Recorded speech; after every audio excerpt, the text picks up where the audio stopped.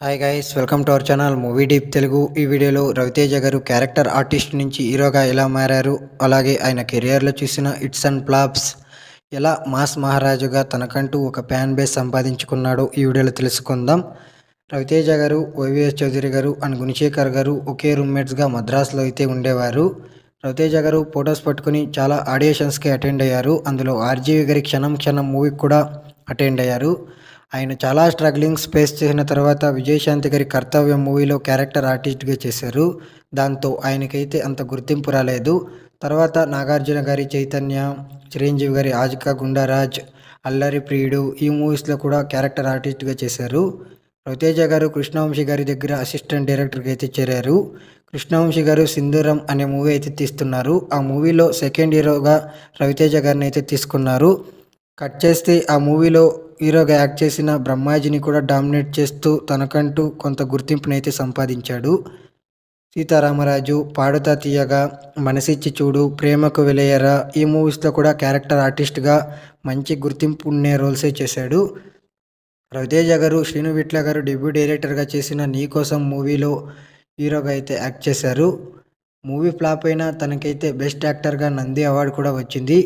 వచ్చిన అవకాశాన్ని ఏది కూడా వదులుకోకుండా సముద్రం, తిరుమల తిరుపతి వెంకటేశ, అన్నయ్య, చిరంజీవిలు ఈ మూవీస్లో మంచి గుర్తింపున్న రోల్సే చేస్తూ వచ్చాడు.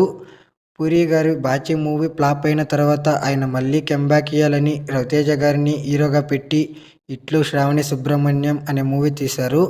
మూవీ అయితే సూపర్ హిట్గా నిలిచింది. తర్వాత అవును వాళ్ళిద్దరు ఇష్టపడ్డారు 2002లో పూరి జగన్నాథ్ గారి డైరెక్షన్లో వచ్చిన ఇడియట్ మూవీతో రవితేజ గారు రాత్రికి రాత్రే స్టార్ హీరోగా అయిపోయారు. అప్పటి నుంచి ఇప్పటి వరకు రవితేజ గారు వెనక్కి తిరిగి చూసుకోలేదు. తర్వాత అన్వేషణ, ఈ అబ్బాయి చాలా మంచోడు, ఒక రాజా ఒక రాణి, దొంగోడు, వీడే ఈ మూవీస్ ఫ్లాప్ అయిన వెంకీ, ఖడ్గం, అమ్మా నాన్న తిమ్మిలమ్మాయి సూపర్ హిట్ బ్లాక్ బస్టర్గా అయితే నిలిచాయి.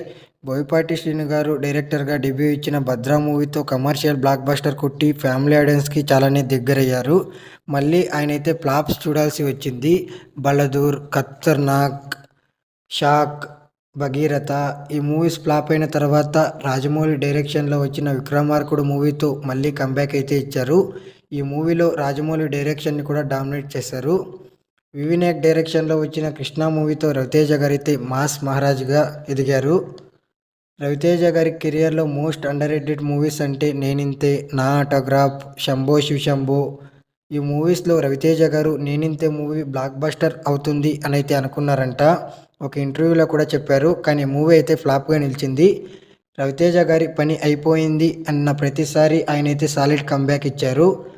ఆంజనేయులు, డాన్ సీను, దుబాయ్ సీను, మిరపకాయ్, వీర, దరువు ఈ మూవీ సూపర్ హిట్ అయిన కిక్ మూవీ అయితే బ్లాక్ బస్టర్గా నిలిచింది. మళ్ళీ రవితేజ గారు ఫ్లాప్స్ చూడాల్సి వచ్చింది. దొంగల ముఠ, నిప్పు, దేవుడు చేసిన మనుషులు, సారొచ్చారు ఎన్ని ఫ్లాప్స్ వచ్చినా ఎక్కడ కానీ ఆయన కుంగిపోలేదు. మళ్ళీ అలాగే కంబ్యాక్ ఇస్తూ వస్తున్నారు. బలపు, పవర్, బెంగాల్ టైగర్ ఈ మూవీస్ సూపర్ హిట్గా అయితే నిలిచాయి. సురేందర్ రెడ్డి గారి డైరెక్షన్లో వచ్చిన కిక్ 2 ఫ్లాప్ అయినా అనిల్ రావుపూడి డైరెక్షన్లో వచ్చిన రాధా ది గ్రేట్తో బ్లాక్ బస్టర్ అయితే కొట్టారు. ఈ మూవీలో రవితేజ గారు బ్లైండ్ క్యారెక్టర్లో జీవించేశారు అని చెప్పొచ్చు. తర్వాత వచ్చిన టచ్ చేసి చూడు, నేల టికెట్, అమర్ అక్బర్ ఆంటోనీ మూవీస్ అయితే ఫ్లాప్ అయ్యాయి.